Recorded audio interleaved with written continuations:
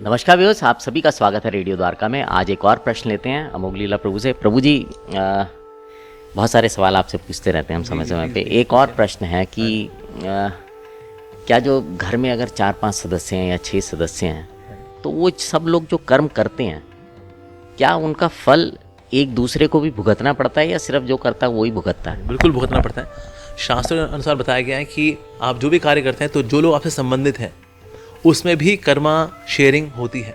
या शास्त्र बताते हैं कि अगर पत्नी कोई गलत कार्य करती है, उसका 1/6 रिएक्शन जाता है हस्बैंड को। दैट हस्बैंड ने पत्नी को इस तरह से फैसिलिटेट नहीं किया that she had to do such a wrong thing, तो इसलिए उसका 1/6 रिएक्शन जाता है पति को। अगर प्रजा गलत कार्य करती है, उसका 1/6 रिएक्शन जाता है राजा को। तो इसे राजा ने ठीक से फैसिलिटेट नहीं किया, धर्म नहीं लेके आया वो अपने साम्राज्य के अंदर, इसलिए लोग अधार्मिक हुए, इसलिए उसका कार्मिक रिएक्शन जाता है फिर 1/6 राजा को। अगर शिष्य कोई गलत कार्य करता है तो उसका 1/6 रिएक्शन जाता है गुरु को कि गुरु जी आप क्या कर रहे हो, शिक्षा नहीं दे रहे ठीक से, आप बस गुरु जी बनने का था, डोनेशन नहीं लेती, बस दैट्स इट। 1/6 रिएक्शन जाता है गुरु को। तो इसीलिए हम एक दूसरे के कर्मों में बंधे होते हैं वास्तव में। और हम देखते हैं कि ना परिवार के अंदर भी हमारा उठना बैठना खाना एक दूसरे से संबंधित है। मान लो अगर काले धन का इस्तेमाल करे कोई व्यक्ति, पैसा कमाता है और उसने काले धंधे किए, काले धंधे करके उसने काला पैसा कमाया, अब इस पैसे से अब जो घर की गृहस्थी चलाता है उसमें अन्न अशुद्ध होगा। जब अन्न अशुद्ध होगा तो वही अशुद्ध अन्न जाएगा बच्चों के अंदर। हम देखते हैं इसलिए ऐसे लोग जो कि बड़े अमीर हैं, काला पैसा उन्होंने खूब रखा गया, हम तो वही बच्चे को पढ़ाएंगे लिखाएंगे, वो बच्चे निकले नालायक, वो बहुत भोंदू आदमी, एकदम गधेड़ा आदमी, उसको कुछ समझ में नहीं आता, उसको पान चबाता है, पेट निकला हुआ उसका, आलसी है, फाफा फूफू करता रहता है, जाके ड्रग्स भी ले लेता है बीच में। हैदर को इतना कुछ दिया हमने, इतनी अब सुविधाएं दी है, ये देखो जी ये निकला हमारा बच्चा। सर कैसे पैसा कमाया, कैसे कमाया था आपने? वो धंधे हैं हमारे कुछ बढ़िया वाले। हाँ, तो काले धंधे का, काले पैसे का फिर रिएक्शन बच्चों में आता है। एक्चुअली बच्चा are to go through that reaction. तो उनके जीवन में फिर वो भली बाहर से ऐश्वर्य है लेकिन गुणों का ऐश्वर्य उनके पास नहीं है। तो karmic reaction is connected from father to children. अगर मदर है, मदर ने क्या शिक्षाएं दी बच्चों को, बहुत फर्क पड़ता है। मदर का खुद का क्या हाल चाल है, बहुत फर्क पड़ता है। वो जिस प्रकार से मतलब अब बच्चे की जन्म भी होता है ना, अगर जन्म देते वक्त माता पिता का भाव क्या था, क्या हनीमून मोड में थे, तो बच्चे भी फिर ऐसे निकलते हैं तिगड़मी, ये देखो ये भूत प्रेत पेशान निकले हैं।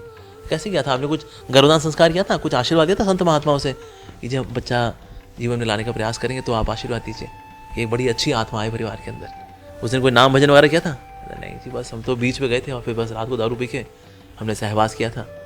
सो फिर ये हमारा चिंटू पैदा हुआ है। चिंटू इसलिए आपको चींटे को इतना काट रहा है क्योंकि आपने जो है इसमें कोई आशीर्वाद नहीं था इसके अंदर। उसका परवरिश में, जब माँ की कोख में बच्चा है, उसमें माँ क्या खाती है, बहुत फर्क पड़ता है ऐसे बच्चे के ऊपर। वो दारू पीती है, उसको टेंशन में थी, दारू पी ली उसने, दारू पीती रहती है वो बच्चा है, उसकी हेल्थ खराब होगी, उसके क्रोमोसोम्स वीक हैं, होता है नाउ बियरिंग दैट कार्मिक रिएक्शन।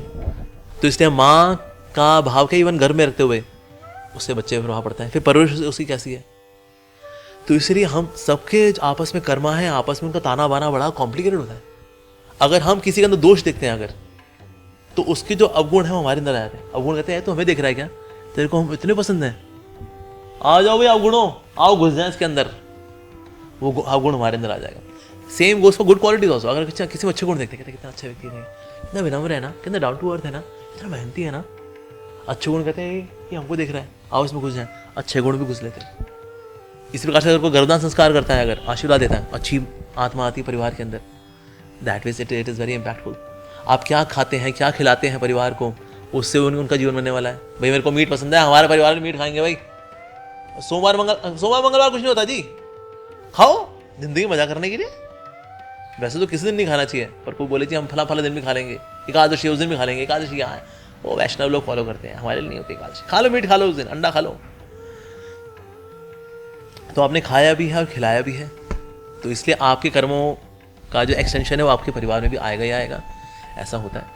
तो इससे हम सोचते हैं मेरे कर्म, तुम्हारे कर्म, नहीं जी नहीं। परिवार के अंदर तो ताना बाना चलता है एक दूसरे का, हम एक दूसरे का झूठा खाते हैं, अगर उसमें कर्मों का आदान प्रदान हो जाता है। तो इसीलिए it's a very complicated matrix of Karma. जैसे दुआएं बद्दुआएं काम करती हैं, बिल्कुल काम करती हैं जी।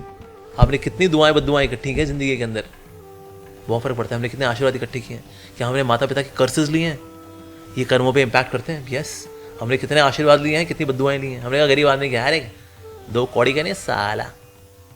उसने बोला तू बड़ा घमंडी है, तेरे को भगवान दिखाएगा तेरे को एक दिन तेरा चेहरा। हाँ तू मेरे पास रहा है ना, एक दिन दुनिया तेरे पे हंसेगी। दिल से बद्दुआ देता हूँ तेरे को मैं।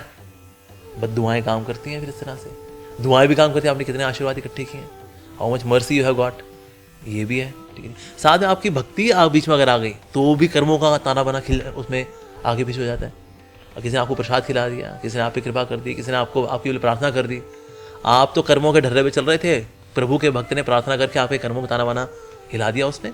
यस, तो जो आपको आना था 100 किलो का दुख आना था, वो आपका आधा पौने किलो के दुख में होकर के निकल जाएगा। वो आपको लगेगा शायद मैंने इतने कर्म के नहीं सर, कर्म तो आपके भारी भरकम थे। ये तो किसी हरि भक्त ने कृपा कर दिया आपके ऊपर, कहा कि जी चलो हम अपने इस फल का, इसका तपस्या का फल इनको देते हैं। ऐसा कई डिवोटीज हैं, मैं देखा कई लोग ये करते हैं, गोवर्धन परिक्रमा करेंगे, कहते हैं इसका फल हमने मोदी जी को दिया, मोदी जी बड़ा मेहनत कर रहे हैं देश के लिए, इस गोवर्धन परिक्रमा का फल मोदी जी को। और मोदी जी के अकाउंट में व्रत और तपस्याएं ऐड हो रही हैं क्योंकि वो संतों की सेवा कर रहे हैं जी, वह सभी की सेवा कर रहे हैं हालांकि वो तो इस तरह से दुआएं और बद्दुआएं इनका भी ताना बाना होता है। तो इसलिए भगवान श्री कृष्ण गीता में कह रहे हैं गहना कर्मणों गति, ये जो कर्मों की गति है ये गहन है। कभी कभी अच्छे लोगों के साथ बुरा भी हो रहा है, दुखी पा रहे हैं वो, और कहीं बुरे लोग हैं वो पार्टी मना रहे हैं जी, क्या चल रहा है यार। सर गहना कर्मणों गति, जो कर्मों की गति है इसको कोई नहीं समझ पाया कि कब कौन से कर्मों का फल आपको अभी मिल रहा है, कितना मिलना था उसमें कितना डाइल्यूट हो गया है, या बद्दुआओं से कितना और मल्टीप्लाई हो गया है। अब इसको ट्रैक नहीं कर सकते, ये भगवान की प्रकृति ट्रैक करके रखती है। बट यस, हम सब एक दूसरे के कर्मों से कनेक्टेड होते हैं। जो संत महात्मा होते हैं वो इससे अलग होते हैं, because they live exclusively for Krishna. वो सिर्फ भगवान के लिए ही जीते हैं, उन्हीं के लिए सांस लेते हैं, उन्हीं के लिए बोलते हैं, उन्हीं के लिए रेस्ट भी करते हैं, उनके लिए कि रेस्ट करके फिर से उठना है उनकी सेवा के लिए।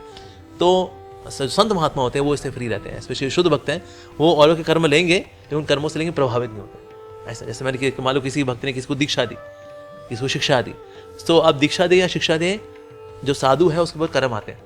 जैसे सामने वाले के कर्म तो कटे, इनकी पे कर्म आए, लेकिन ये अपने भजन से उन कर्मों को जला के भस्म कर देता है। तो इस तरह से कर्म उसको इम्पैक्ट नहीं करते। लेकिन हाँ, संत महात्मा भी जो है जगत के अंदर कल्याण करने के लिए आते हैं। इस तरह से वो ताना बाना में घुसते तो हैं लेकिन उससे प्रभावित नहीं होते।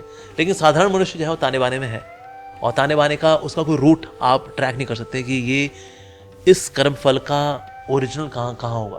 नहीं sir, origin can be in पिछला जन्म, पिछले जन्म। हो सकता है किसी ने बद्दुआ दियो, अगले 100 जन्म तेरे मन की शांति ना मिले। तूने मेरी बेटी के साथ किया है, मेरे शिष्यों के साथ गलत किया तूने, फिर बोले 100 जन्म मन की शांति ना मिले। अब बेचारे का चल रहा है 56वां जन्म, कह रहा है यार पिछले 55 जन्मों से ही शांति ना है।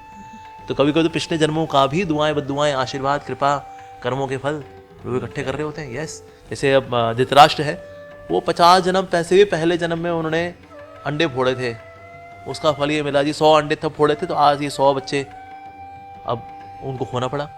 तो धृतराष्ट्र ने पूछा लेकिन ये 50 जन्म वेट क्यों करना पड़ा? तो भगवान श्री कृष्ण 50 जन्म तूने पुण्य इकट्ठे किए कि मेरे को पुत्र हों, तो वो पुण्य भी इकट्ठे हुए तो आपको 100 पुत्र ही प्राप्त हुए। लेकिन वो वाला कर्म वेट कर रहा है, 100 बच्चे जन्म निपटने भी हैं आपके, तो इसलिए फिर वो वाला कर्मा भी आए।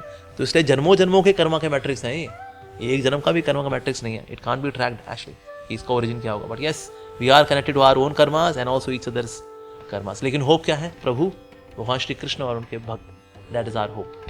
बहुत बहुत धन्यवाद प्रभु जी आपका। सो वियर्स, ये बात बड़ी साफ हो गई कि जो भी हमारे परिवार में सदस्य होते हैं, हम सब एक दूसरे के कर्मों से जुड़े होते हैं, और कर्मों का जो मैट्रिक्स है इसको समझना, जैसे प्रभु जी ने बोला, बहुत ही मुश्किल है। लेकिन ये बात समझ लीजिए कि हम जुड़े ज़रूर हैं अपने कर्मों के साथ। अब आपसे विदा लेते हैं, बने रहें रेडियो द्वारका के साथ।